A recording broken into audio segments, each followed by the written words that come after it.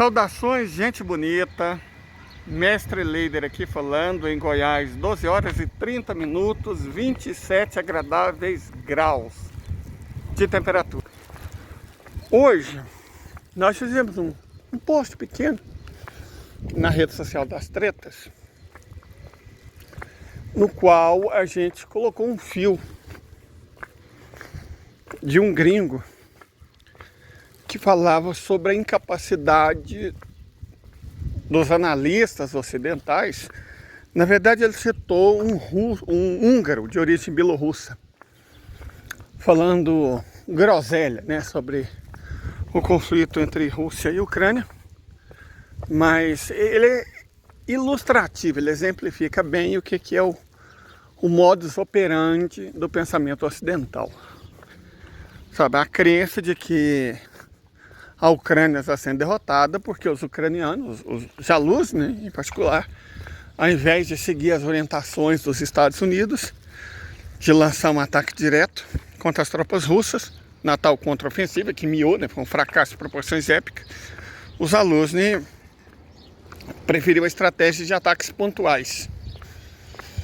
E aí ele fala, bom, isso foi um erro, porque devia ter seguido a orientação americana. Como se os Estados Unidos tivessem ganho alguma guerra, né, nos últimos 50 anos. Eles são especialistas em perder guerra, não em vencê-las. E o comentarista falou uma coisa que faz muito sentido. O cara, colocar a culpa nos ucranianos é uma covardia. Porque os coitados, quando falam os idiotas, seguiram as orientações que os Estados Unidos deram, fizeram o que os Estados Unidos mandaram.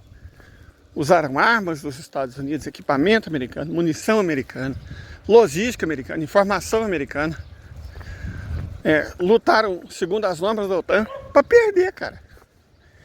E outra coisa, esses analistas que dizem, oh meu Deus, os ucranianos foram derrotados porque resolveram seguir as próprias ideias, ao invés de lançar um ataque único, cara, olha o que aconteceu em Bakhmut. Olha o que aconteceu em Bakhmut. Bakhmut foi um caldeirão, onde dezenas de milhares de ucranianos foram cozidos e trocaram de plano espiritual, ou trocaram irremediavelmente de condição de saúde, ou de condição física. Foi um massacre. É uma ratoeira, uma enorme ratoeira, no qual os ucranianos, por vontade própria, se dirigiram. Foi um fracasso. Bakhmut, que é o nome que os ucranianos davam a Artemiovsk, mostrou o fracasso completo e absoluto da estratégia de guerra do Ocidente. A Rússia simplesmente enrolou 9 meses, porque era uma enorme ratoeira. Ela só tinha que esperar os ratos chegarem. Só isso. E aí, algum idiota da OTAN achou realmente que seria uma ótima ideia repetir isso. Criar uma nova Bakhmut. Só que a Ucrânia nem tinha mais mão de obra, não tem mais mão de obra. Por isso que está lutando com mulher, com grávida. Nem tem mão de obra, nem tem equipamento, nem tem munição, nem tem dinheiro. Como é que vai lutar? Esse cara está passando fome no fronte. Está se rendendo porque não tem comida. Que não tem abrigo contra o frio. O inverno chegou, gente. O inverno naquelas bandas lá é dureza. Então, imagina você passar fome no frio intenso, no meio de uma guerra. Não dá, cara. Não dá. É irrealista. Se você agrupa o ucraniano, e Bakhmut demonstrou isso à perfeição, a única coisa que você consegue é favorecer os russos. Porque eles lutam com artilharia. Não com infantaria, como é óbvio, né? Infantaria se enfrenta com artilharia. Então os ucranianos não têm artilharia, não têm aviação, não tem mais marinha. Estão lutando com infantaria, leve ainda por cima. Quer dizer, é um massacre. E aí eles vão com infantaria leve. O que eu estava imaginando? 150 mil? Quanto tempo a artilharia russa levaria para dar cabo neles todos, sem perder praticamente um único homem? Imagina uma multidão de ratos. Você nem precisa mandar gato, você só manda uma ratoeira gigante. Então usar a luz não está correto. Ele fez o certo, não dá para enfrentar os russos no ataque direto. Seria suicídio. Mandar pequenos ataques, embora a derrota viria como veio de qualquer forma, pelo menos daria uma sobrevida, né? Causaria mais dano, e incrivelmente causa. Perfeito? Mas não. Deveria ter seguido o que a OTAN mandou. Claro. Então é um ponto. Eu não sei se vocês já leram um livro do Saramago chamado Ensaio sobre a Cegueira. É uma história onde todo mundo fica cego. Menos uma mulher. Todos, menos essa mulher, ficam cegos. Aos poucos, todos ficam cegos. É claro que isso tem uma mensagem profunda sobre o que é enxergar. Eu já, inclusive, postei um vídeo sobre isso esses dias para trás, sobre cegueira da visão. Que enxergar é muito diferente de ver. Qualquer um pode ver, mas enxergar é outra coisa. Ver está ao alcance de todo mundo. Agora, enxergar depende de muitas coisas. E o Ocidente simplesmente está perdendo a capacidade cognitiva de enxergar. Mantém a capacidade física de ver. Até a capacidade intelectiva, embora não muito desenvolvida, eles ainda têm de processar o que veem. Mas enxergar, eles estão cada vez menos capazes de fazer, sabe? Não estão conseguindo enxergar. Embora esteja lá tudo claro para eles verem. No artigo está mencionado aqui, a Dinamarca não tem aviação, não tem submarino, não tem defesa antiaérea. A França tem 40 peças de artilharia. A Inglaterra tem 150. E o cara falou, isso é o que a Rússia gasta por mês. Quer dizer, as principais supostas potências militares europeias da OTAN têm no total do seu arsenal, no total, o que a Rússia gasta por mês.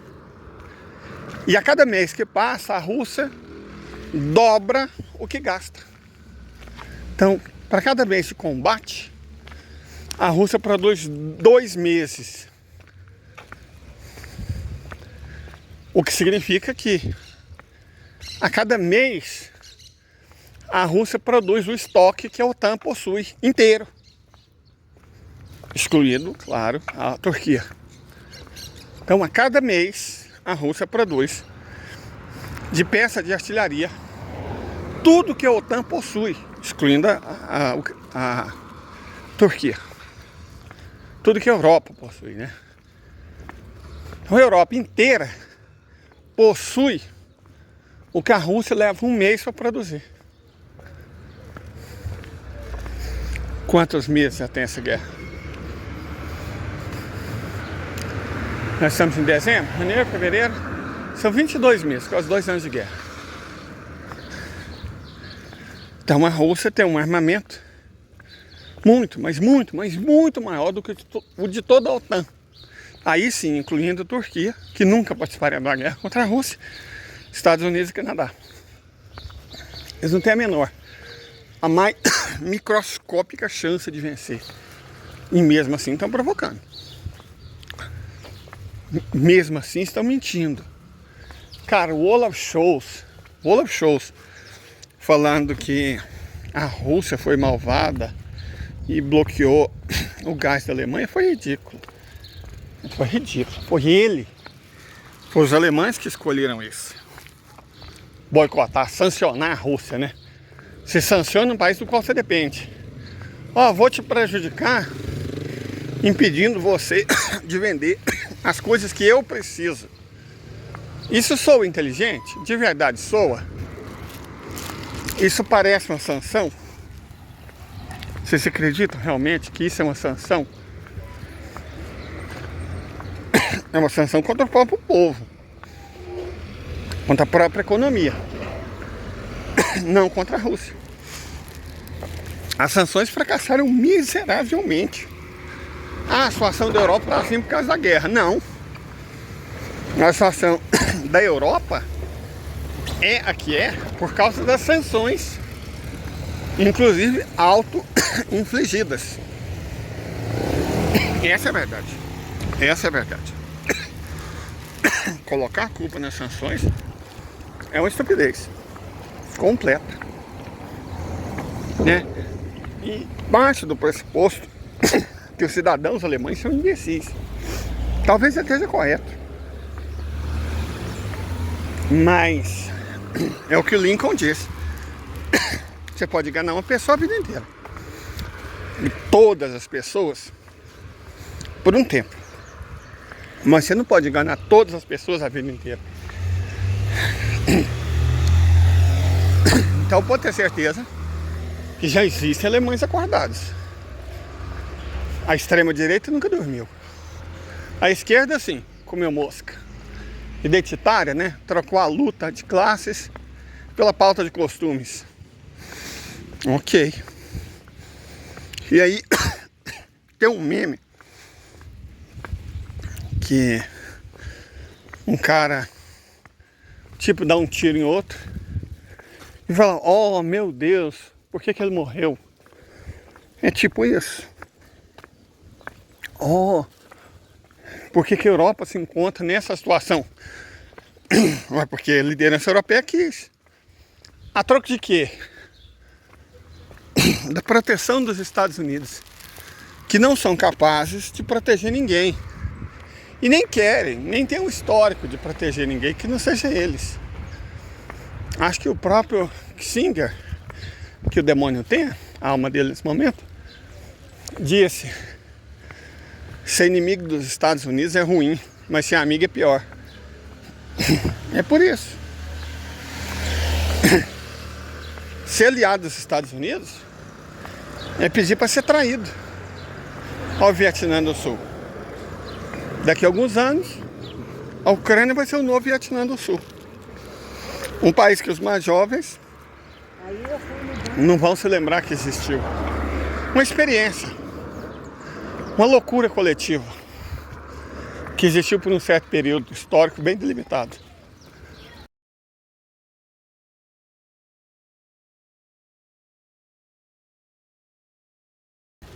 A Ucrânia vai deixar de existir. Estônia, Letônia, Lituânia vão deixar de existir. A Armênia vai deixar de existir. Moldávia vai deixar de existir. Em resumo, toda a ex-União Soviética da parte europeia vai deixar de existir, com exceção do Azerbaijão, mais esperto, né? Ilan Aliyev, não é? Líder deles, inteligente, sabe manejar. É o destino. A Europa não tem arma. Vai lutar com o quê? Com identitários? Que acham a guerra uma coisa tóxica? Você acha realmente que os jovens europeus vão às armas para defender a Europa? Nunca. Nunca. Não é nem porque eles não são covardes. Eles não são covardes. O problema deles não é a covardia. É a preguiça. E a fraqueza. O argumento deles para não lutar é que a guerra é tóxica. Né? É tóxico. É o argumento do burguesinho ungueiro.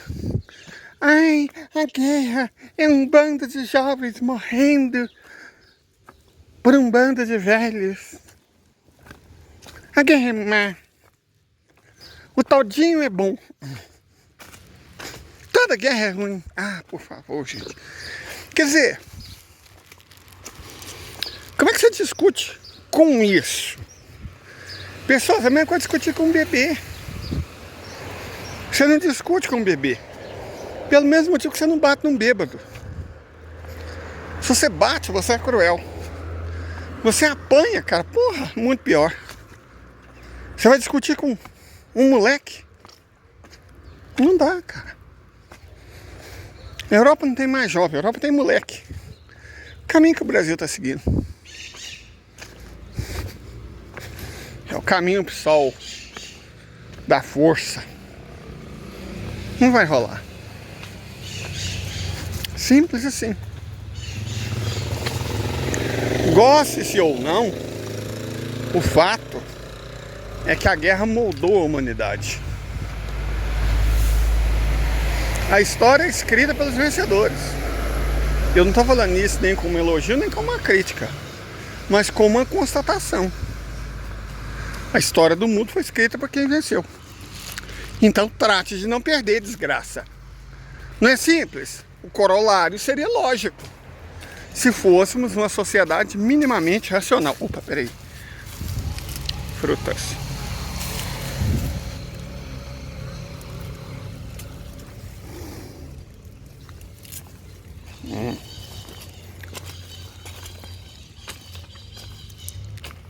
Nossa senhora! Carvalho, que será lazida. Bom, enfim. Ah, eu tinha esquecido. Boa é a amarela. Tem do outro lado. Acho que eu vou dar um jeito de passar pra lá. Tá meio alto. Mas rola, peraí.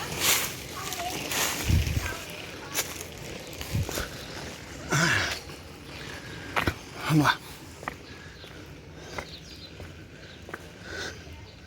Pegue as cerolas, não fale sobre a guerra. Voltando. Não tem mão de obra. É um continente velho.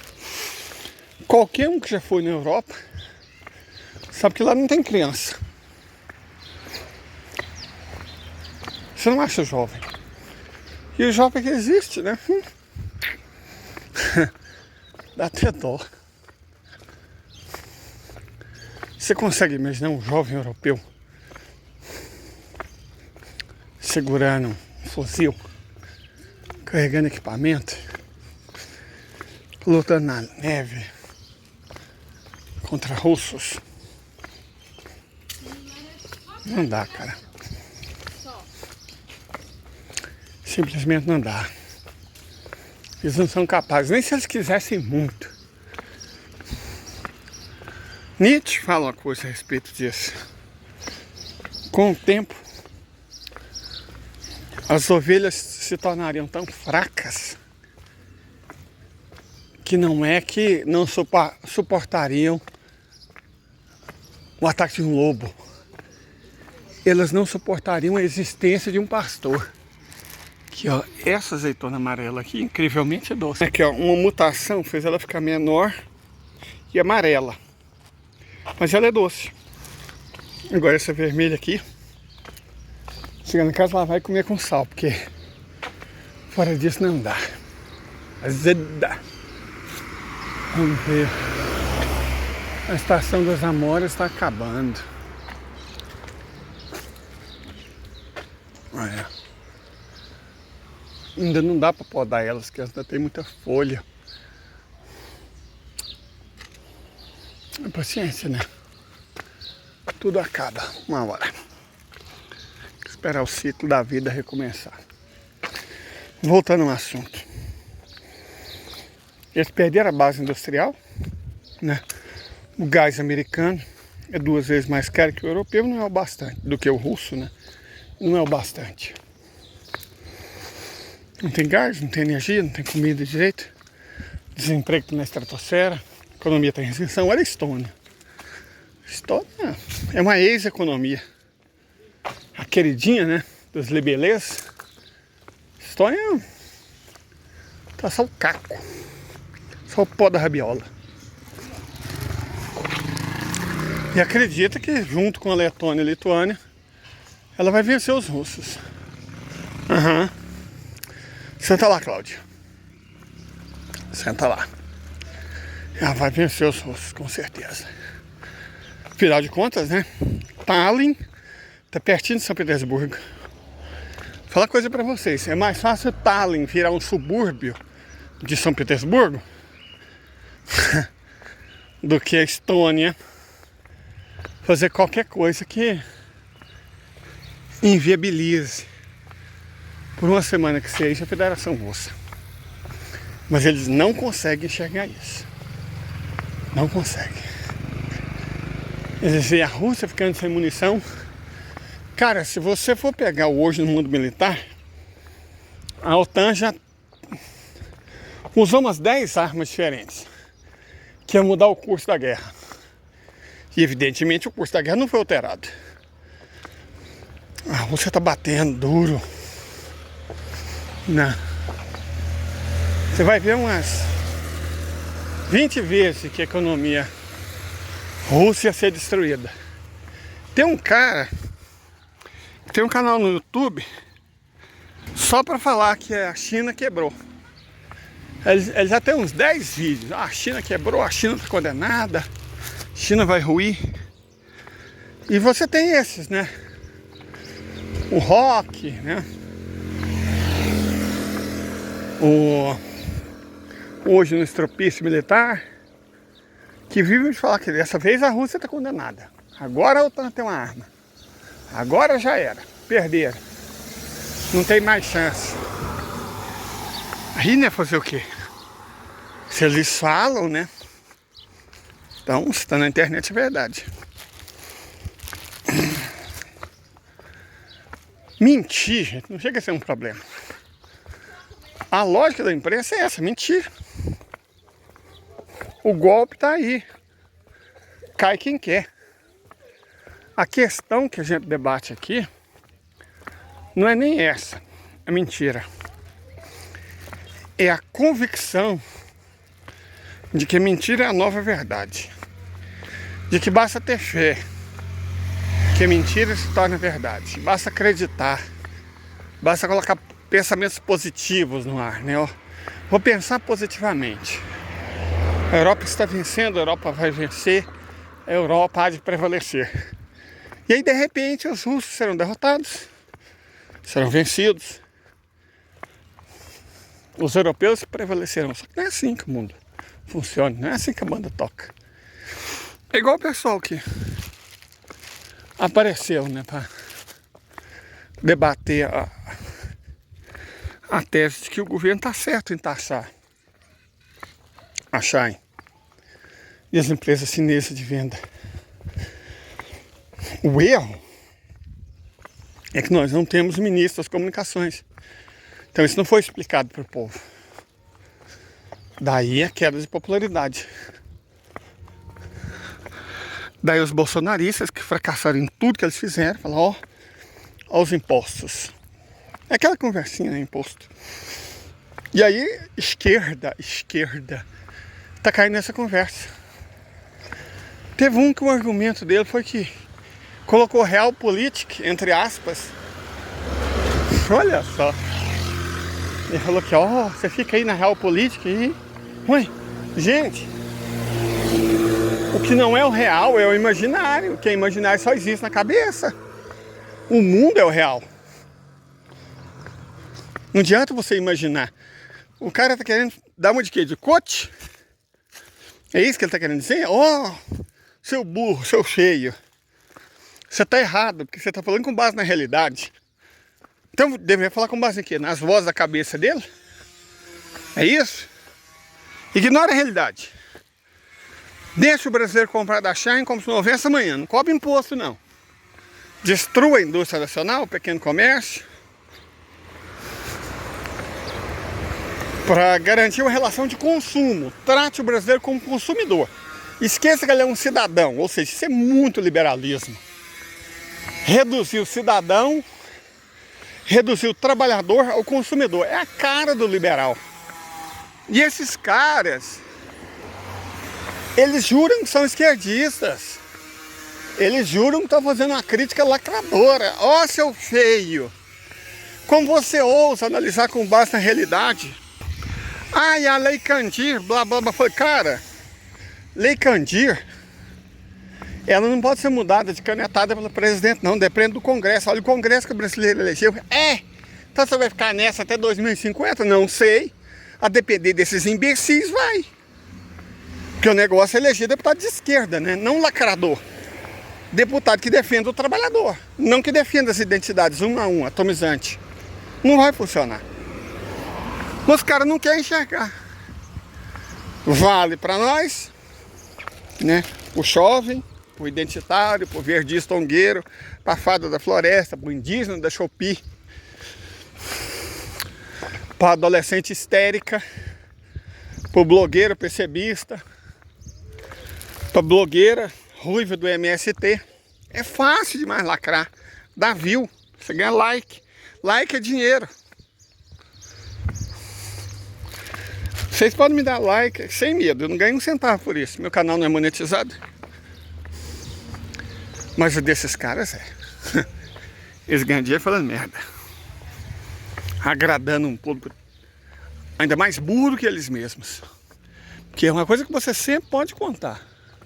Se você está num grupo e não achou lá ninguém burro, sinta até os ossos, o burro é você. Né? Então eles contam com o fato de que sempre vai ter alguém mais burro do que eles. Todo dia um malandro e um otário levanta, né? Vocês conhecem a história. É essa. A questão é que agora os otários, são a maioria, estão destruindo o Ocidente, a pátria dos malandros. É isso. E não tá tudo bem.